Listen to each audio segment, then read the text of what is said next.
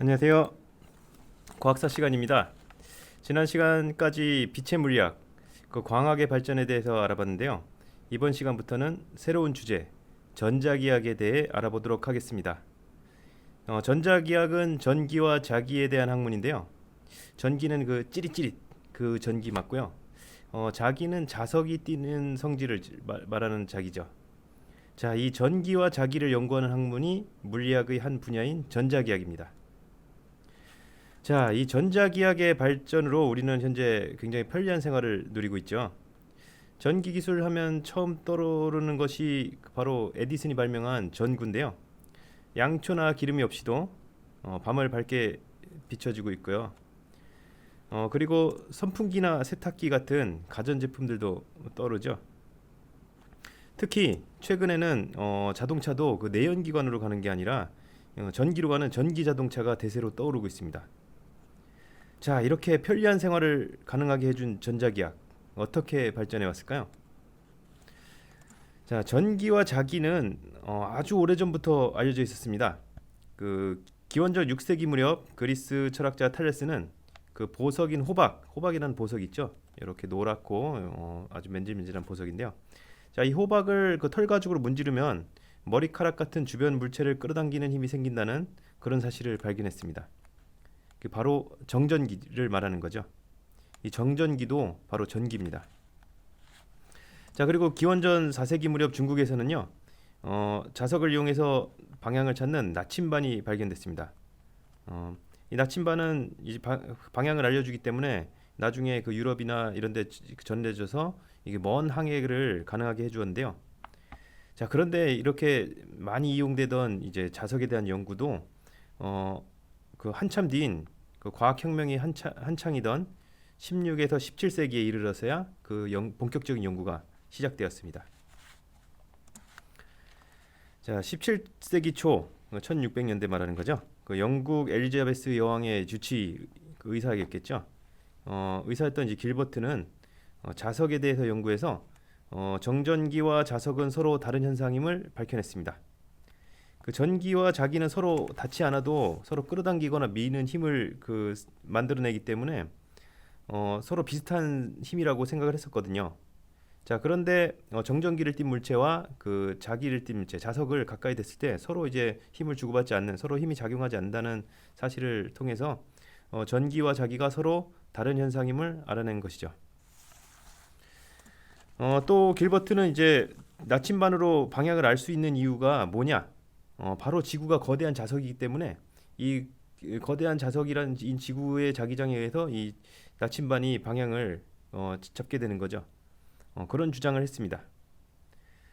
자, 그리고 이때는 뉴턴에 의해서 중력이 발견된 시기였기 때문에 중력과 자기장에 의한 힘, 그 자기장에 의한 힘인 자기력을 중력과 비교해 보면요. 서로 떨어져 있어도 접촉하지 않아도 이게 붙어서 이렇게 작용하는 게 아니라 서로 떨어져 있어도 작용하는 힘이라는 공통점이 있습니다. 또 이게 가까이 가면 가까이 갈수록 힘이 강해지고요. 좀 멀어지면 힘이 약해지는 그런 공통점을 가지고 있죠.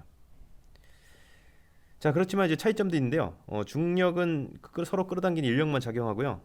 자기력은 끌어당긴 인력과 서로 밀어대는 척력. 그러니까 N극과 S극은 서로 이제 끌어당기는데 N극과 N극, 또 S극과 S극 같은 극끼리는 서로 밀어내죠. 어, 그, 그래서 이렇게 둘 다 그 작용하는 자기장은 이제 인력과 척력이 둘 다 작용하는 데 비해서 중력은 인력만 작용하는 그런 차이점이 있고요. 또 자기력이 중력에 비해서 매우 강합니다. 자, 중력이 자기력보다 약하다고요? 우리는 지구에 이렇게 거대한 지구에 붙어서 움직이지 못하는데 벗어나지 못하는데 작은 자석의 힘이 중력보다 강하다고요? 자, 어떻게 할 수 있을까요? 자, 제가 이렇게 자석을 이렇게 두 개를 들고 있는데요. 요 자석을 이게 너무 강한 자석이라서 자, 자석을 이렇게 놓으면은 이게 아래로 떨어지는 게 아니라 위로 붙어버리죠.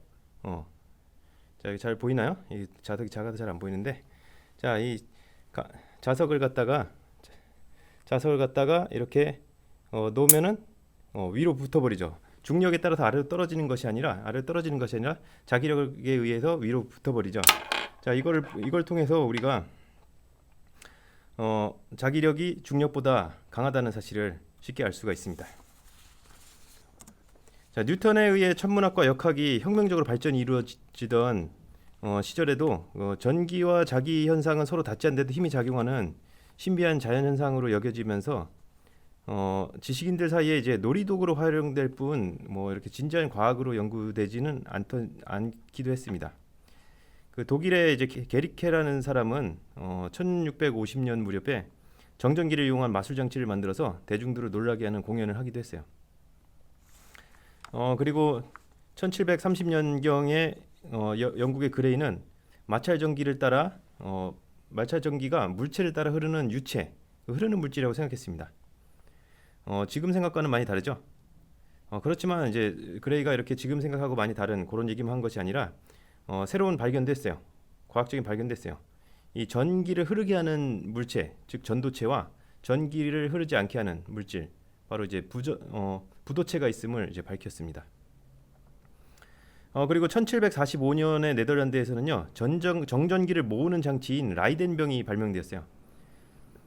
그리고 이제 이 라이덴병을 이용해서 전기에도 자석처럼, 자석은 이제 N극끼리는 이제 끌어당기고 S극끼리는 서로 밀어낸 다른 극끼리는 서로 끌어당기고 같은 극끼리는 서로 밀어내는데요.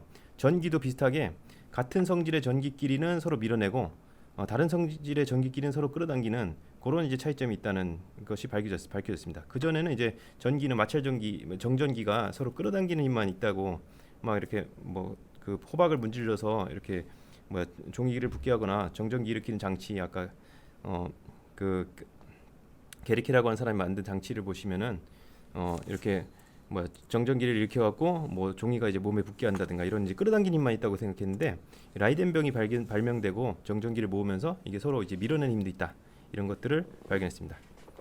또 이제 1752년 미국의 벤자민 프랭클린, 이 사람은 이제 미국 독립운동에 이제 참여한 사람으로 유명하죠.